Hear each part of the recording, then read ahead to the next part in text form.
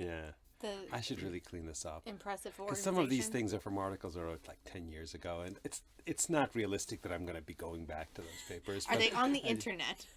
the articles are, the papers, they're available, but it's just the... I do want to read this. First Amendment cases, comments, and questions. well, that's from a rival textbook. That's not my textbook. So. Okay, so I should read So I yours just have then. this for... Yes, indeed. You're checking out the competition. Well, it's good to have around, although I guess, I just need to one day sit down and prune. But there are too many things So are going you on. OCD that I need to put that back exactly where No, I not found at it? all. Okay, good. Not at all. I'm gonna organize for you. All right. Okay. There you go. Well, There you go. okay. I appreciate that. Hello, everyone. I'm Alicia Krause, and we are not at the PragerU HQ today. We are here at UCLA in the law building with UCLA law professor Eugene Volokh, who did our video on the Second Amendment yesterday. If you haven't checked it out, then you're obviously not one of the 1 million people who have. So congrats on hitting the 1 million mark in less than 24 hours. Well, thank you very much. It's kind a of testament to how many people pay attention to PragerU. Kind of a big deal. Good for you. It was a fascinating video, 100%, historically accurate. I love that you pulled from history to talk about the references to the Second Amendment, and also constitutionally accurate, which, we wouldn't expect anything less since that's your area of expertise. Kind of my job. It's a job requirement. So in the video, you reference some polling that shows that the majority of Americans actually believe that the Second Amendment applies to average citizens, not just the armed militia that you kind of discussed in the first couple of minutes. So why don't you think that more Americans understand this? And, because it seems pretty clear, like when you read it, the way that you laid out how we should read it. Well, most Americans aren't lawyers. They aren't legally trained. They may not be familiar with the exact text of the Second Amendment. I don't fault them for it. Many Americans know a lot about a lot of things that I don't know anything about. So this is my own specialty, and I'd like people to know more about it, but it's understandable that people might not have looked closely at the text, might not have looked closely at the history. They may have heard from others, it's just a right of the militia, and the word militia does appear there. So that's how it's stuck in their heads. I think if you look closely at the text, you see, well, it does talk about the militia on the one hand, maybe sounds like the National Guard, even though historically that's not what it has meant, but it also does talk about right of the people. And if you look at the First and the Fourth Amendments, pretty clear that the right of the people means right of people like you and me, rather than the right of some collective amorphous group. But again, people might not have focused closely on that. Unsurprising. I hope that if they watch the video, they'll learn better. Do you think it's because you answering that question kind of spurred a thought or another question in me, is that, if you understand the context of when the Constitution was written and the mindset of the Founding Fathers, they didn't want to be like any other nation before them, and they did want to give those rights to the people. It wasn't just for the kings and the rich people. And so I think if you look at all of the amendments in that context, then you understand that they're going to be applied to the people like you and me. Well, I do think that if you look at the historical context in a sense of that the framers didn't think they were creating these things from scratch. They were reaffirming rights that they already understood as existing under English law, but then trying to improve them, trying to adapt them to a democracy rather than a monarchy, or a republic and a democracy rather than a monarchy. They did view them as individual rights by and large. Some exceptions, the Establishment Clause banning establishment of religion was probably not an individual right. But again, you need to have a sense of the historical backdrop, and sometimes that's not obvious. So, for example, it turns out that the right to have arms was based on a right in the English Bill of Rights, which dates back about a century before the American Bill of Rights. There was a history of how it was understood during the 1700s in England, especially by influential English writers like Sir William Blackstone, that the framers really cared a lot about. So I think that Supreme Court laid it out very nicely in its D.C. v. Heller decision. The majority did. But it's the history, and legal history can often be pretty complicated. And in your video, you referenced that it was a 5-4 decision. Right, that's right. The Heller decision. And 4 justices took a different view. Now, I happen to think the majority was right and the dissent was wrong, but, it's sobering to realize that 4 people who are pretty smart, thoughtful judges went to law have school. Went to law school, went to good law schools, that they have a different view. That's not uncommon with a lot of legal historical questions. So another area where I think many Americans have different views, especially when it comes of the gun debate are conceal and carry, but specifically, we've seen in the recent months how people feel about or disagree with conceal and carry on campus. We're on a campus that unfortunately had an incident, involving a gun and a person that murdered someone in the last few months. So what are as a professor here at UCLA, what are your thoughts on the ability of students or faculty to be able to carry on campus? Well, there are two questions. One is the Second Amendment question, one is the policy question. And one thing we have to keep in mind for all sorts of constitutional issues is not every law that's a bad idea is therefore unconstitutional. And on the other hand, some laws are good ideas and might still be unconstitutional. So when the government is acting as property owner, when it's running a government building or running a government enterprise, it often has broader authority over its property than it does over private property, over really totally open property like the public streets or sidewalks. So it may very well be that the Second Amendment secures the government more right to control what it is that happens in government buildings, for example, including university campuses. So I'm not at all sure that it's unconstitutional to limit gun ownership or gun possession. But that would be at a public campus, like public universities. UC. Right. But what about private universities, generally speaking, as property owners, have very broad authority to control what goes on their properties. They could say no alcohol here, no tobacco, no guns, and they can even say no speech, even though speech is constitutionally protected against the government. But there's no First Amendment problem with a private university, for example, restricting student speech. I think it's a bad idea. It interferes with academic freedom, but its rights as a property owner. So the constitutional questions, generally speaking, arise on public university campuses. But the policy questions of what's a smart move those are complicated. I have to say, my inclination is to say that people should be able to defend themselves, whether they're going to university or, for that matter, living in university dorms just as much as elsewhere. On the other hand, it's useful to have some data.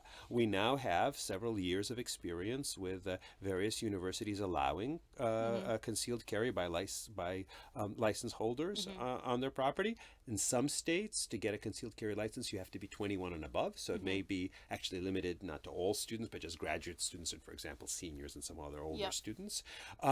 I would like to, as an academic, I'd like to see some research on this. It would be interesting to see after perhaps a few more years if people look back and try to figure out the stats of incidents on campus. Is it something that has been abused? You could certainly imagine a situation where some college kids have guns and then get drunk at a college party and bad things happen. That's certainly possible. On the other hand, it's also possible that this will both help people stop crimes in progress and maybe deter crimes that people say, I'm not going to go out there and try to attack a college student. They might be armed. I think especially when it comes to the situation where you talk, and Dennis talks about this a lot on his program, of women on campus and all of the alleged sexual assault crimes on campus, some of them actual and factual, and then some of them overblown by the media.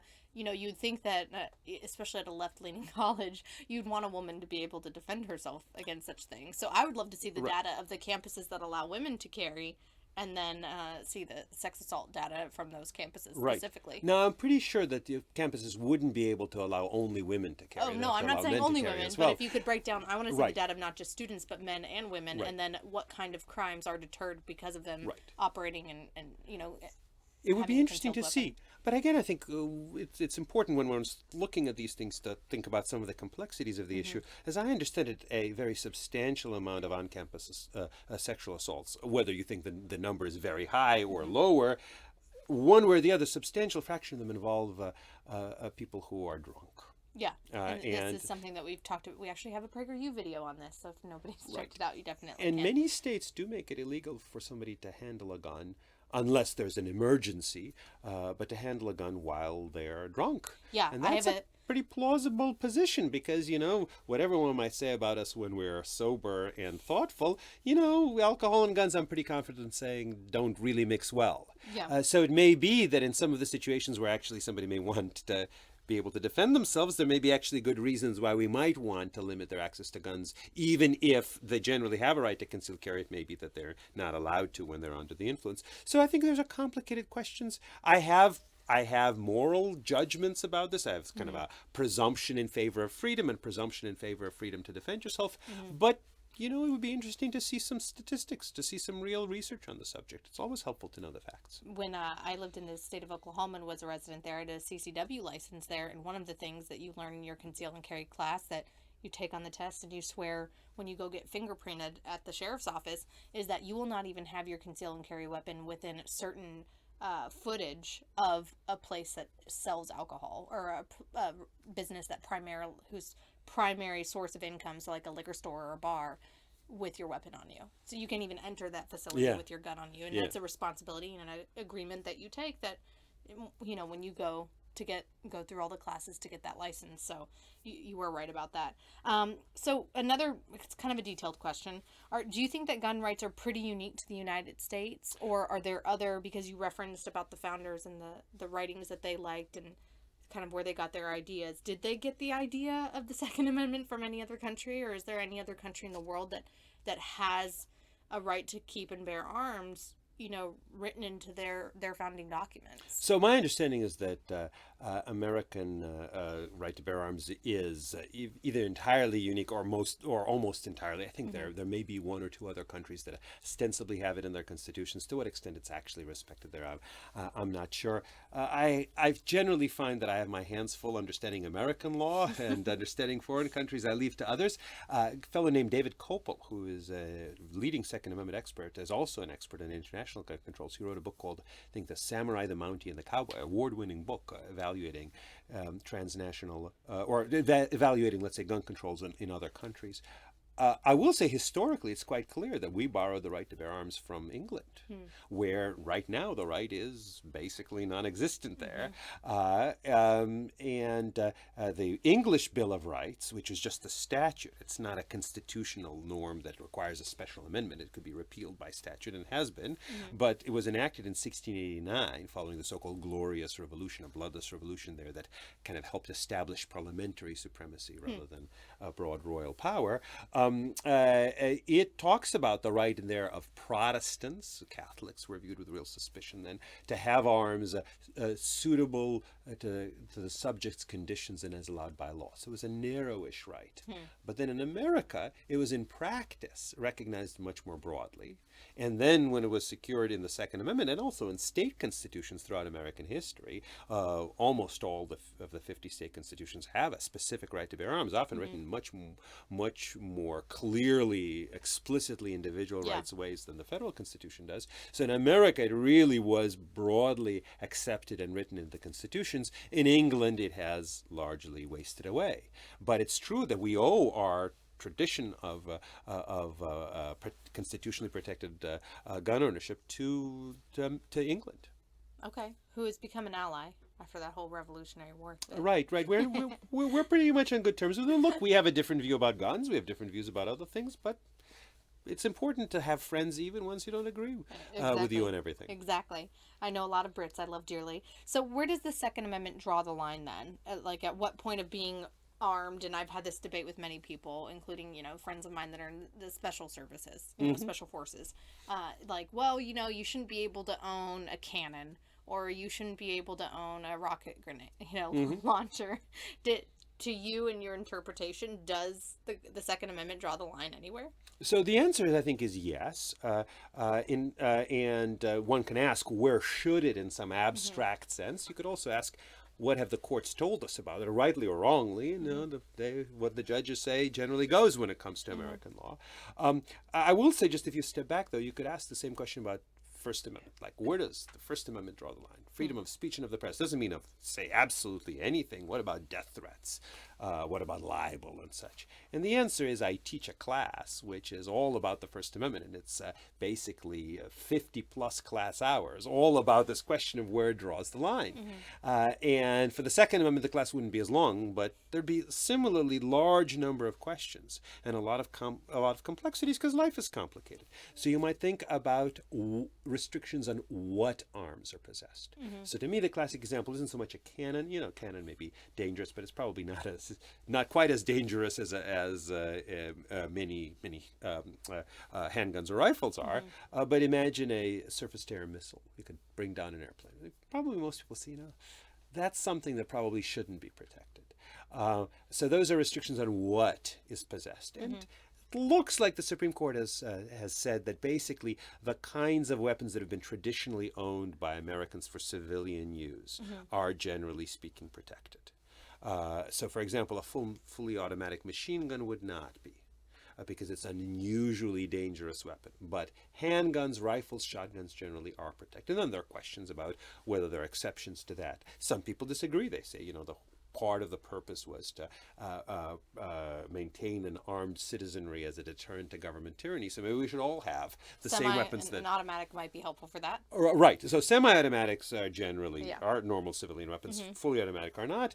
But the Supreme Court has said that bans on fully automatics are constitutional. I can agree with it or not. But if you ask me as a lawyer, those are probably unprotected. And then you have specific questions. What about so-called assault weapons? I think it's a pretty unsound distinction between the so-called assault weapons, which are just a kind of semi-automatic gun, and other guns which don't qualify under that label. Wrongly dubbed assault weapons. Well, like it's a media. I mean, typically, if you look at what the media describes as an assault weapon versus what is a pretty average civilian weapon, they've kind of dubbed anything that they think looks scary as an assault weapon. I'm not sure it's even so much wrongly dubbed as that assault weapon is a term that doesn't have much real logical meaning to it, at least as it's defined. Well, there's that too. Right, as it's defined in some federal statutes, for example, it's historic. Let's say the 1994 assault weapons ban asked whether the weapon had a bayonet lug, whether it had a barrel shroud. Those kinds of questions have nothing to do with really how deadly it is. I should say, guns are very deadly. It's not like the assault weapons aren't deadly, but there aren't any deadlier than others. But in any case, so I think that's an example of just an unsound label. But there's still questions that courts are trying to answer about what kinds of weapons are restricted. But that's just the what restrictions. You might also ask the who restrictions. So, for example, what about people who are felons? The general rule is that if somebody has a felony conviction, they cannot possess a gun.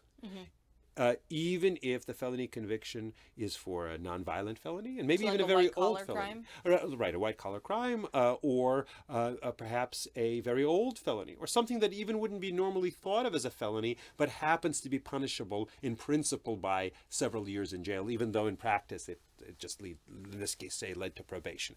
There are such incidents, and some courts have been saying, well, if a felony conviction is for something that's old enough and relatively minor enough, well, then the person would have a so-called as-applied challenge to the ban, that the Second Amendment prevents the law from being applied to him in the situation. What about people with records of really serious mental illness? Courts have generally said that it's permissible to ban people who are currently mentally ill for possessing guns. Now, as it happens, federal law isn't limited to those who are currently mentally ill. It bans possession of guns by people who have been committed for mental illness in the past. Pretty broad. Quite broadly. And I believe here in California, one of the laws that went through last fall, and I mean, I'm not super up to detail on it, but I've read numerous articles about it. It was even people that have once in the past had a prescription medication for something that would be described as a mental illness. Whether it was depression or something else. I can't speak with confidence to that, but one thing that is true here as to the felons is that there's pretty broad consensus that some people who are sufficiently seriously mentally ill can't be trusted with guns. But then the question is, where do you draw that line? Different jurisdictions draw the line differently, and there are arguments as to drawing it more broadly or less broadly. Likewise, as to age, I think most people would say, if a state wants to ban 8-year-olds from walking around with the guns, especially unsupervised, well, that's probably a good idea. What about 20-year-olds? So when I last checked in New York City, you couldn't get any kind of gun, whether a long gun, rifle or shotgun, or a handgun, if you're under 21. So people who are otherwise adults, they get to vote, they have the full panoply of constitutional rights. Join the military. Right, certainly join the military. They can't get a gun. Now, under federal law, you can buy a rifle or a shotgun when you are 18 and above, but you can't get a handgun. At least you can't buy it from a gun dealer until you're 21. And the Supreme Court in D.C. v. Heller said that the right to bear arms includes the right to have handguns. So should we say, well, 18 to 20-year-olds, they are somewhat more likely to misuse all sorts of things? That is in fact true. And the crime rates are especially high among 18 to 20-year-olds. Or should you say, well, just because some 20-year-olds will misuse their guns doesn't mean that All 20, others who are Some law-abiding 16-year-olds will misuse their cars. Well, right, but there is no constitutional right to have a car, and in fact, Yeah. I believe in New Jersey you can't get a license until you're 18. Oh my goodness. Right. Those poor parents. Yes, Who exactly. do they send out for errands? Exactly. So these are, again, interesting questions. And again, there you have a sense that there ought to be a line somewhere, but where exactly should the line be drawn? Hard to tell. So you've been talking about the courts, which leads into my final question, but not our final question, because we have some awesome PragerFORCE students from right here at UCLA who are going to be asking the professor some questions before we close out this Facebook Live, so keep staying tuned. But I want to know your thoughts on President Trump's nomination of Neil Gorsuch to the Supreme Court to replace Antonin Scalia. I'm a big fan of Neil Gorsuch's. I actually met him when we were both clerking together. Oh, that's great. He clerked for Justices White and Kennedy. I was clerking for Justice O'Connor at the time. I see pictures of her around the office. It's true. So I got to know him some then, and I've stayed in touch with him afterwards. He wrote a book on euthanasia and assisted suicide that I thought very highly of. And I've been following his opinions in the last decade or so that he's been on the 10th Circuit Appellate Court, and I think they're extremely impressive. So I think he is a great choice. I think he's conservative, but I think he's also somebody who understands the importance of protecting individual rights, even against the government. He understands the importance of limitations on federal power. He's sometimes will vote against federal prosecutors or against federal prison wardens or administrative agencies when he thinks that either the Constitution or more often just statutes don't give them the powers that they are that they're claiming for themselves. So there was something you might think of if you look at past Supreme Court justices. There's sort of the Rehnquist conservatism. And Chief Justice Rehnquist I have very great respect for, but he was somebody who, generally speaking, was for the government in in a the very different overwhelming vein than majority of cases. And then you have somebody like Justice Scalia, who thought that the government has pretty broad powers in many areas, but there are limits, both limits imposed by considerations like separation of powers and federalism, but also by individual rights protections. And Justice Scalia was also particularly likely, even setting aside the Constitution, to apply the so-called rule of lenity. Lenience would be the modern term, where if there is a criminal statute that's ambiguous, federal criminal statute at least, then read it in a way that protects the criminal defendants, on the theory that you shouldn't be locked up for some crime unless it's really clear that the legislature meant to outlaw it. A lot of his conservative colleagues didn't go along with him, but I think Neil Gorsuch, either on this issue or on other issues, may end up, I think, voting for constraints on government power. I did not know that you guys clerked together, so it's a great behind-the-scenes tidbit of information.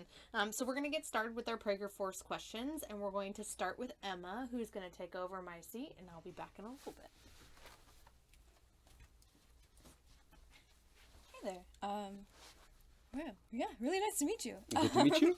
So, yeah, I'm Emma Bach. I'm a poli-sci student here at UCLA. I was a student here at UCLA myself, class of 83, and then a law student, class of 92. So I'm a triple Bruin. I want to follow in your footsteps. Well, all right.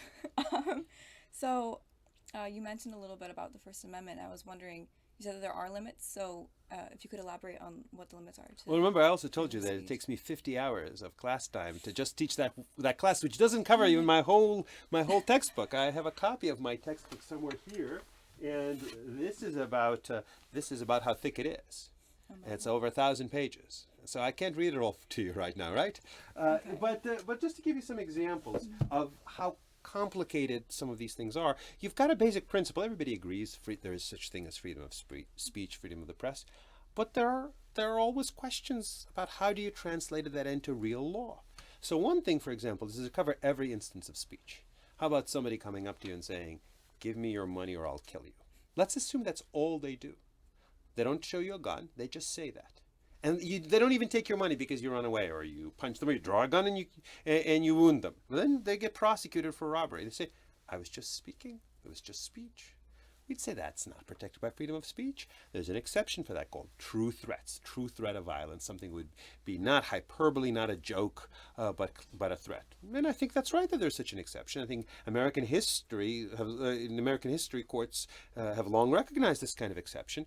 But it just shows that you can't just say freedom of speech covers every instance of speech. Likewise for knowing lies that injure people's reputation, defamation, libel, and the like. Here's another thing. Let's say that you are having a demonstration, political demonstration. Well, that's protected by freedom of speech. But wait a minute, you're having this demonstration in the middle of the busiest intersection in town during rush hour. Is it really the case that the government has to allow you to do that? Probably not. Because if it could have a content-neutral time, place, or manner restriction on speech. Content neutral, it can't pick and choose which demonstrations it's going to allow based on their content. And time, place, or manner, they can't totally ban speech, but just limit the time, place, or manner of it. That's permissible. And I think that, again, that's a sensible rule, but it's complicated. You have to have courts try to define that. Or another thing, what if the government is acting as property owner? So, for example, I'm happy to have you in my office, but imagine somebody right now marched in and started having a demonstration in my office, or even in the hallway outside where other people are trying to get to the professor's offices and classes. We'd say, well, no, that's called a non-public forum, and there the government can restrict speech in various ways. Interesting questions. I think some of these rules you can agree with or disagree with, but it just shows that the process of taking a principle that's articulated in one sentence or one clause and turning it into understandable rules, that's a difficult process. Again, you can agree or disagree with the way the judges go through it, but you can't just say, well, this should be really simple, because these things don't end up being that simple. Okay, cool. Thank you. All right. I could talk for hours on this, and I do talk for hours on this. Hi, Professor Volokh. Hi, My name is Eugene Volokh. Ian Henderson. I'm a fourth-year political science student here at UCLA. All right. So my question for you is, I'm sure you heard about the Fourth Circuit Court's recent decision to uphold Maryland's ban on military-style weapons. I want to know what your take is on that, and whether what they did was within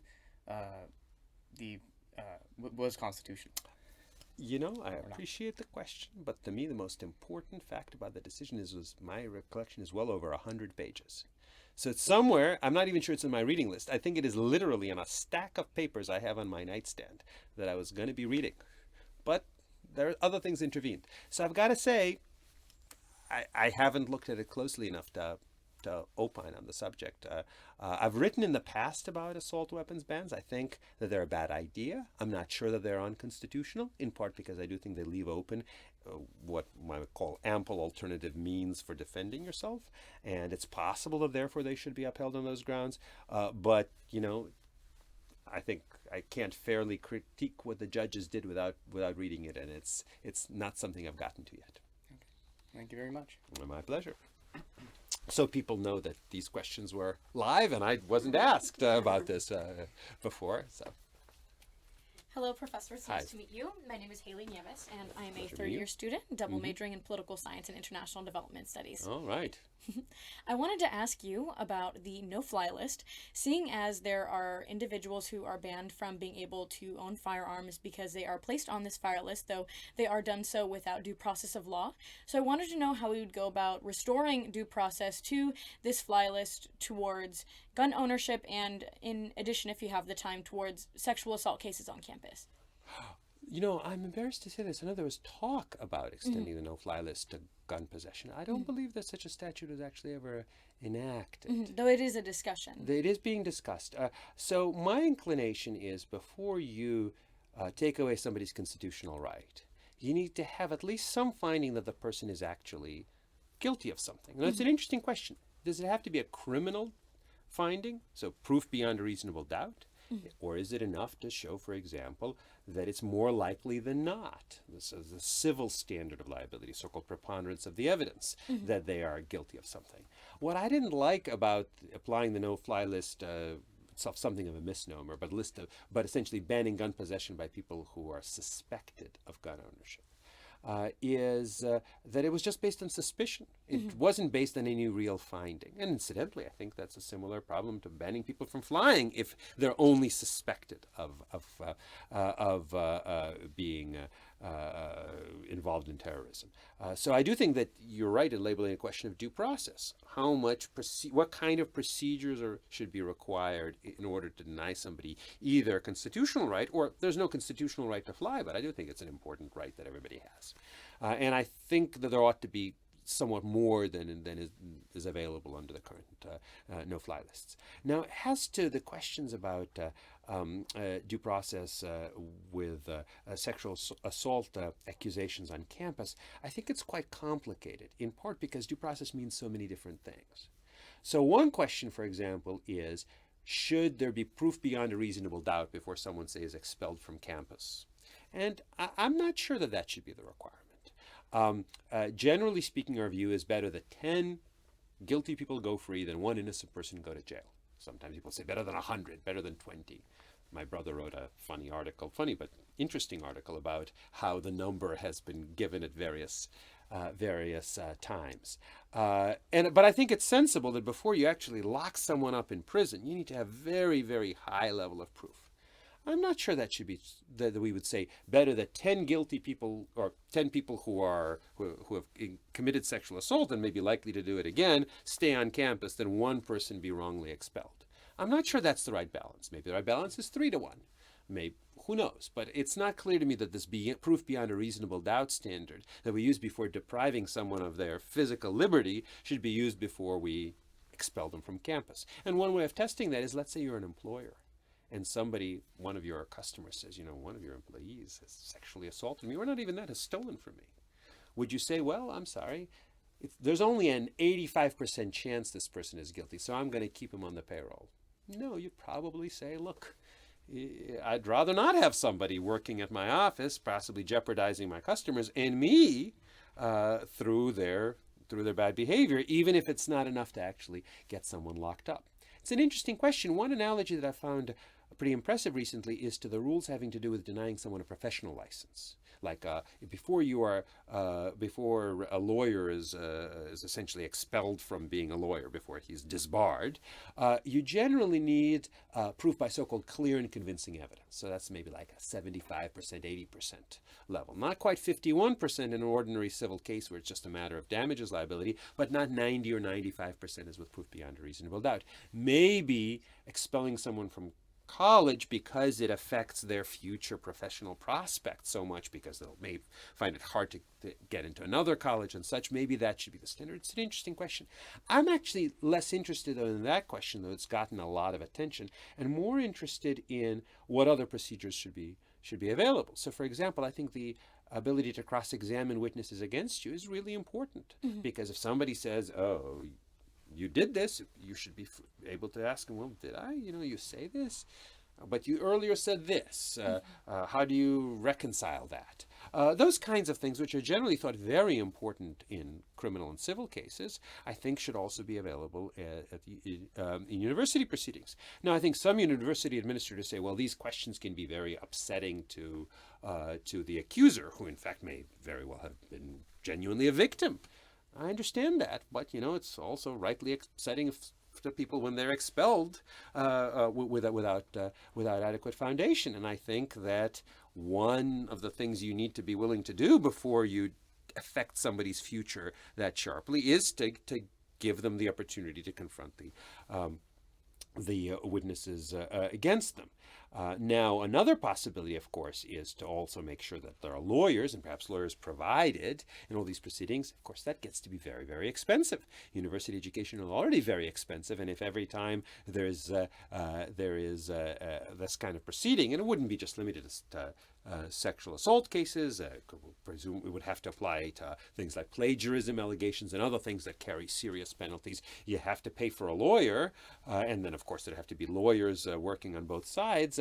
That could make things even more expensive. Now, we should be willing to undergo some expense for the sake of fairness, but how much? Those are interesting and difficult questions. Thank you. Hello, Professor Volokh. Nice to meet you. Good to meet you. My name is Joe Rich. I'm a first-year political science major. And my question for you was just about suicide rates with guns. Okay. So in 2013, recorded by the CDC, about 63% of firearm deaths were suicides. It's right. About 21,000 out of 34,000. Right. So do you think anything should be done about that? So I think, first, you're quite right. When you hear about numbers like there are 35,000 gun deaths, you have to realize that well over half of them are suicides. And why is that important? Well, for starters, tells us what kinds of gun controls are unlikely to have any real effect on that kind of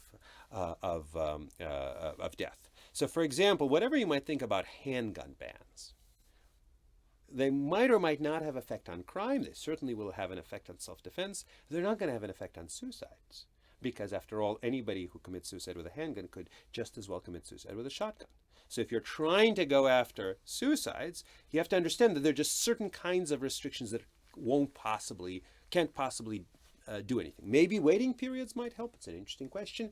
Maybe a total gun ban might reduce suicide rates. Also an interesting question. But at the very least, you know that there are certain kinds of restrictions that aren't going to work at all. A second thing to keep in mind is that if somebody wants to commit suicide, they do have other means. Now, guns are particularly deadly way of committing suicide, but there are other ways that are also deadly. Hanging is one. Jumping from a high enough place is quite reliable. So you are going to have a pretty substantial what's called a substitution effect. So even if you ban guns altogether, that may prevent some of those suicides, but it's not clear how much. And it'll be interesting to see the studies. And the studies are ambivalent. I think the suggestion is there might be some effects, although there's a lot of controversy about that. If there are, they're going to be quite modest. But the other thing also is, I think, as a moral matter, it's not clear to me that it's morally justifiable to try to limit people's ability to defend themselves in order to prevent others, especially let's focus on adult suicides, in order to prevent adults from choosing to kill themselves. You don't necessarily need to think that suicide is itself a morally correct action, but if you're going to limit people's freedom, you have to ask what's the justification for it? And if the justification is you limit some people's freedom in order to prevent other people from committing suicide, that might be a weaker justification than you limit some people's freedom in order to prevent other people from being involuntarily killed in a homicide. So these are all questions you have to ask. My sense is that any gun control law that where that has any chance of affecting suicide, even in a marginal way, is going to be, generally speaking, much too burdensome, much too much of an interference in people's self-defense rights. If you want to kind of conceptualize, I'll give you another example. A law banning concealed carry, people say, well, that might reduce accidents. It might reduce homicides. It might reduce gun crimes. It's not going to reduce suicides, right? So I think that any kind of restriction that has any chance of reducing gun suicides, or excuse me, suicides total, because that's what you're looking at, is likely to be way too burdensome on self-defense to be acceptable. Okay, thank you. I hope you like that. Yes, that was a lot of fun. Did you feel like you were in the classroom? No, it was better than the classroom because you're Oh, yeah? sitting next to the person, you're talking to them one-on-one. That's You don't nice. have to It's grade kind of them like later? like a seminar room. Totally. Grading But is if the you one were part of the to job grade that's our not very pleasant. PragerFORCE students, Well, no. I can't say that. So thank you to our PragerFORCE students, and if you want to become a member of PragerFORCE, you should go to our website, PragerU.com, or comment, on this Facebook video, and we'll have Devin, our awesome national director, reach out to you. Professor, thank you so much for making time for us today and letting Thank us you very much. cram into your office. It's been a lot of fun. I very much appreciate it. And tune in later this week because we have some more great and inspirational Facebook Live videos coming at you from the PragerU HQ. I'll see you next time. This is Alicia Krause signing out.